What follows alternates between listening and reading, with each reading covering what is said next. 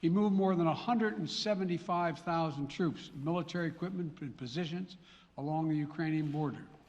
He moved blood supplies into position and built a field hospital, which tells you all you need to know about his intentions all along.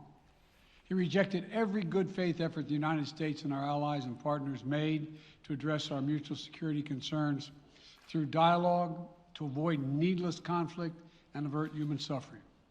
For weeks, we have been warning that this would happen. And now it's unfolding largely as we predicted. In the past week, we've seen shelling increase in the Donbass, a region in eastern Ukraine controlled by Russian-backed separatists.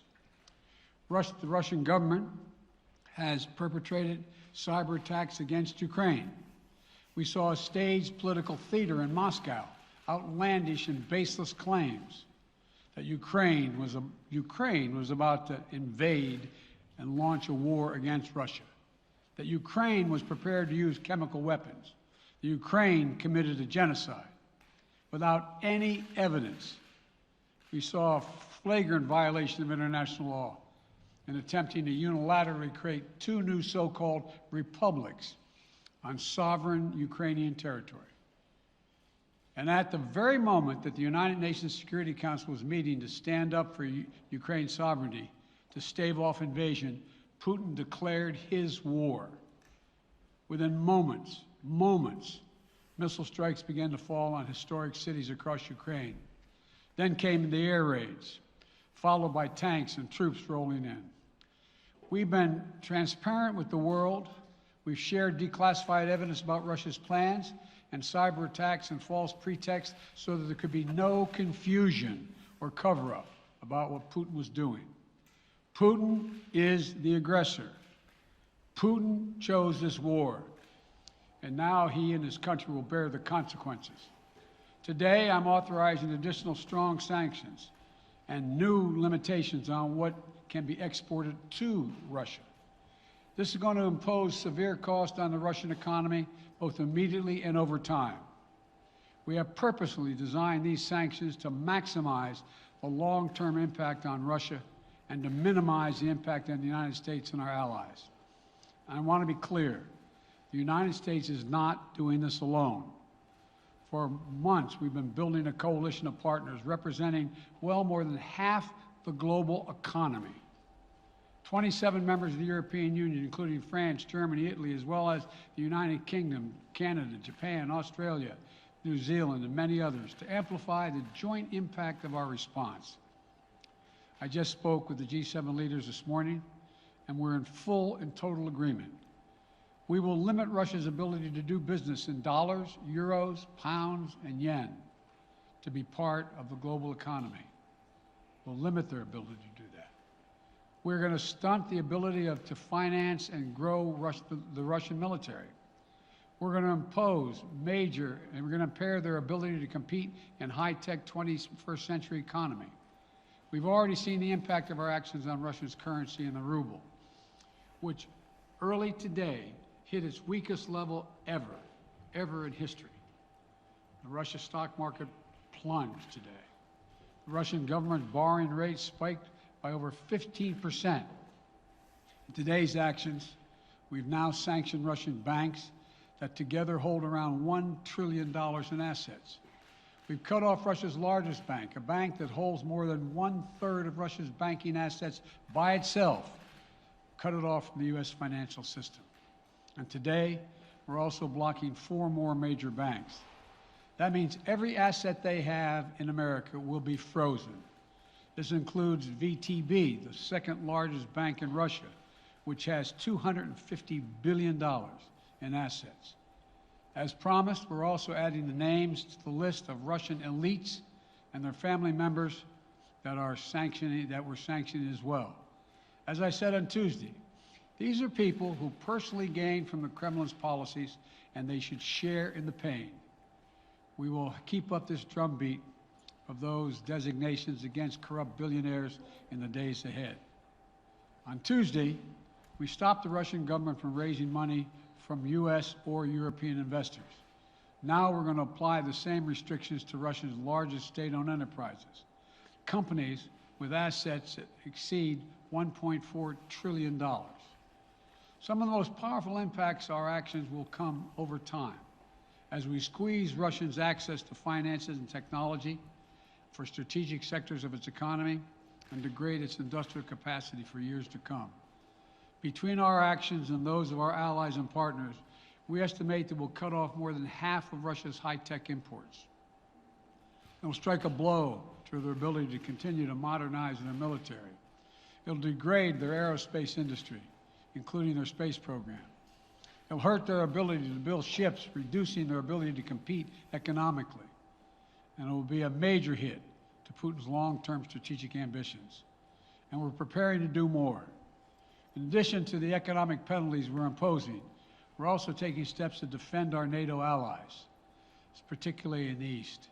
Tomorrow, NATO will convene a summit. We'll be there to bring together the leaders of 30 allied nations and close partners to affirm our solidarity and to map out the next steps we will take to further strengthen all aspects of our NATO alliance. Although we provided over $650 million in defensive assistance to Ukraine just this last year, let me say it again. Our forces are not and will not be engaged in the conflict with Russia in Ukraine. Our forces are not going to Europe to fight in Ukraine, but to defend our NATO allies and reassure those allies in the East. As I made crystal clear, the United States will defend every inch of NATO territory with the full force of American power. And the good news is, NATO is more united and more determined than ever. There is no doubt that the United States and every NATO ally will meet our Article 5 commitments, which says that an attack on one is an attack on all. Over the past few weeks, I ordered thousands of additional forces to Germany and Poland as part of our commitment to NATO.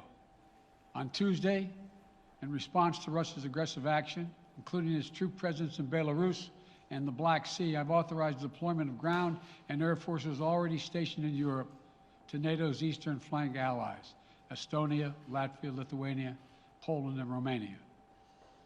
Our allies have also been stepping up, adding the other allies, the rest of NATO, adding their own forces and capabilities to ensure collective defense.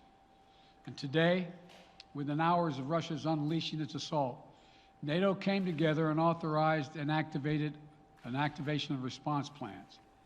This will enable NATO's high readiness forces to deploy and when and where they are needed to protect our NATO allies on the eastern boundaries of Europe. And now I'm authorizing additional U.S. force capabilities to deploy to Germany as part of NATO's response, including some of the U.S.-based forces that the Department of Defense placed on standby weeks ago. I've also spoken with Defense Secretary Austin and Chairman of the Joint Chiefs, General Milley, about preparations for additional moves should they become necessary to protect our NATO allies and support the greatest military alliance in the history of the world, NATO. As we respond, my administration is using the tools, every tool at its disposal, to protect American families and businesses from rising prices at the gas pump. You know, we're taking active steps to bring down the cost, and American oil and gas companies should not exploit this moment to hike their prices to raise profits. You know, in our sanctions package, we specifically designed to allow energy payments to continue. We are closely monitoring energy supplies for any disruption. We've been coordinating with major oil producing and consuming countries toward our common interest to secure global energy supplies. We are actively working with countries around the world to elevate collective release from the strategic petroleum reserves of major energy consuming countries. And the United States will release additional barrels of oil as conditions warrant. I know this is hard and that Americans are already hurting. I will do everything in my power to limit the pain the American people are feeling at the gas pump. This is critical to me. But this aggression cannot go unanswered. If it did, the consequences for America would be much worse. America stands up to bullies. We stand up for freedom. This is who we are. Let me also repeat the warning I made last week. If Russia pursues cyber attacks against our companies our critical infrastructure, we are prepared to respond. For months, we've been working closely with the private sector to harden their cyber defenses, sharpen our ability to respond to Russian cyber attacks as well. I spoke last night to President Zelensky of Ukraine, and I assured him that the United States, together with our allies and partners in Europe, will support the Ukrainian people as they defend their country. We'll provide humanitarian relief to ease their suffering. And in the early days of this conflict, Russia propaganda outlets will keep trying to hide the truth and claim success for its military operation against a made-up threat. But history has shown, time and again, how swift gains in territory, acts of mass and strategic dead ends. The next few weeks and months will be hard on the people of Ukraine. Putin has unleashed a great pain on them, but the Ukrainian people have known 30 years of independence. They have repeatedly shown that they will not tolerate anyone who tries to take their country backwards. This is a dangerous moment for all of Europe, for the freedom around the world. Putin has committed an assault on the very principles that uphold the global peace. But now, the entire world sees clearly what Putin and his Kremlin allies are really all about. This was never about a genuine security concerns on their part. It was always about naked aggression, about Putin's desire for empire by any means necessary, by bullying Russia's neighbors through coercion and corruption, by changing borders by force, and ultimately by choosing a war without a cause. Putin's actions betray his sinister vision for the future of our world, one where nations take what they want by force. But it is a vision that the United States and freedom every tool of our allies and partners will emerge from this stronger, more united, more determined, and more purposeful. And Putin's aggression against Ukraine will end up costing Russia dearly, economically and strategically. We will make sure of that. Putin will be a pariah on the international stage. Any nation that countenances Russia's naked aggression against Ukraine will be stained by association. When the history of this era is written, Putin's choice to make a totally unjustifiable war on Ukraine will have left Russia weaker and the rest of the world stronger.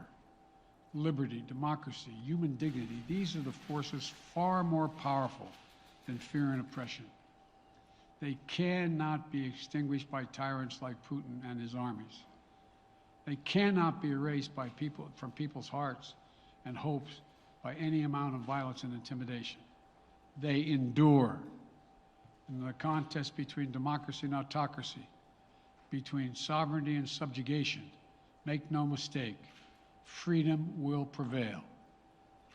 God bless the people of a free and democratic Ukraine. May God protect our troops. Mr. President. Associated Press, Zeke. So do you have any plans to speak with President Putin at this point? And what interactions have you had with the Russian government?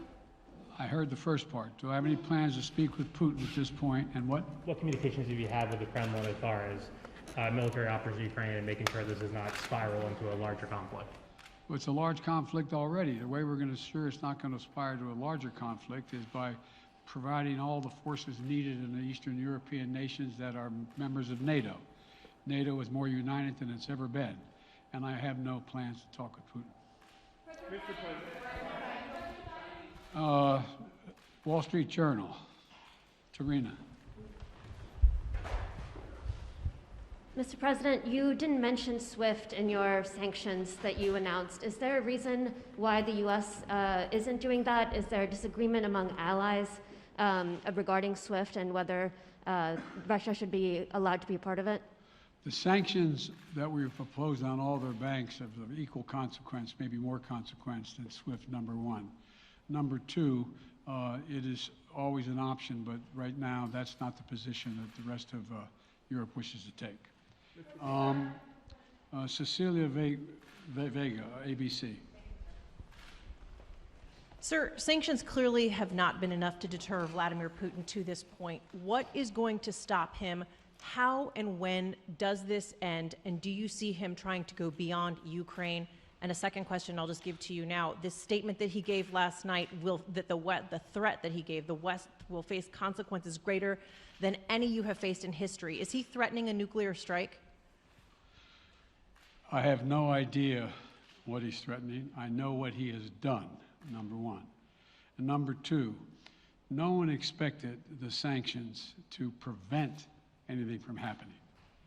It has to show, this is going to take time, and we have to show resolve so he knows what's coming. And so the people of Russia know what he's brought on them. That's what this is all about. This is going to take time. It's not going to occur. He's going to say, oh my God, these sanctions are coming, I'm going to stand down.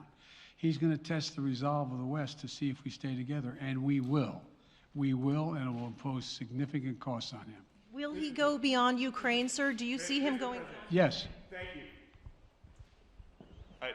Two topics, just really quick. First, markets are down and gas prices are up. I know you always stress the difference between Wall Street and Main Street, but everybody seems to be in for some economic pain. How economically painful is it going to get for people in this country? And I do have one more question. First of all, there's no doubt that when a major nuclear power attacks and invades another country, that the world is going to respond, and markets can respond all over the world. So there's no doubt about that, number one. Number two, the notion that this is going to last for a long time is highly unlikely as long as we continue to stay resolved in imposing the sanctions we're going to impose on Russia, period. What's your next question? I'm sorry. The next question is, did you underestimate Putin, and would you still describe him the way that you did in the summer as a worthy adversary? At the time, he was, I made it clear, as an adversary, and I said he was worthy. I didn't underestimate him. And I've read most of everything he's written. Did you read I shouldn't, I'm not a wise guy. You heard the speech he made, almost an hour's worth of speech is why he was going into Ukraine. He has much larger ambitions in Ukraine. He wants to, in fact, reestablish the former Soviet Union. That's what this is about. And I think that his ambitions are completely contrary to the place where the rest of the world has arrived. And with his ambitions, you're confident that these devastating sanctions are going to be as devastating as Russian missiles and bullets and tanks? Yes, Russian bullets, missiles, and tanks in Ukraine. Yes, I am. Thank you, President Biden. If sanctions cannot stop President Putin, what penalty can? I didn't say sanctions couldn't stop him. You've been talking about the threat of these sanctions for several weeks now. Yes, but the threat of the sanctions and imposing the sanctions and seeing the effect of the sanctions are two different things. They're two different things. And we're now he's going to begin to see the effect of the sanctions. And what will that do? How will that change his mindset here, given he's Because it attacking will so Ukraine as we weaken his speak? country that he'll have to make a very, very difficult choice as to whether to continue to move toward being a second-rate power or, in fact, respond.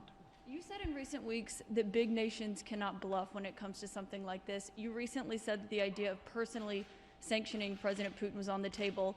Is that a step that you're prepared to take? And if It's not a bluff, it's on the table. sanctioning President Putin? Yes. Why not sanction him today, sir? Mr. President? Why not sanction him today, sir?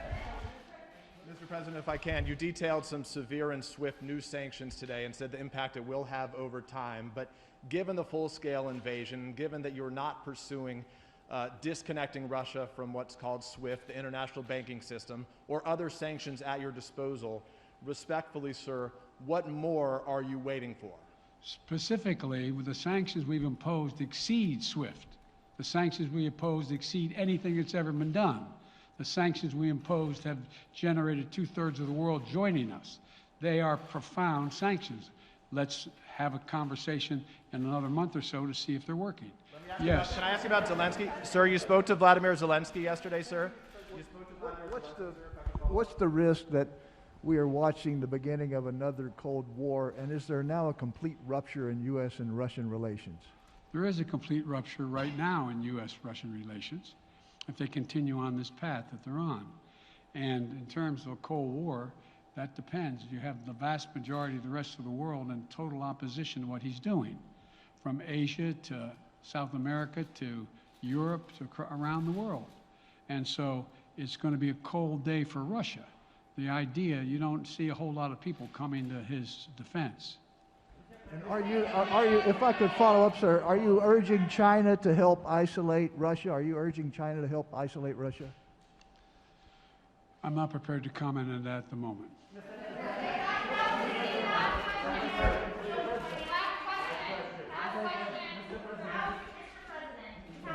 No.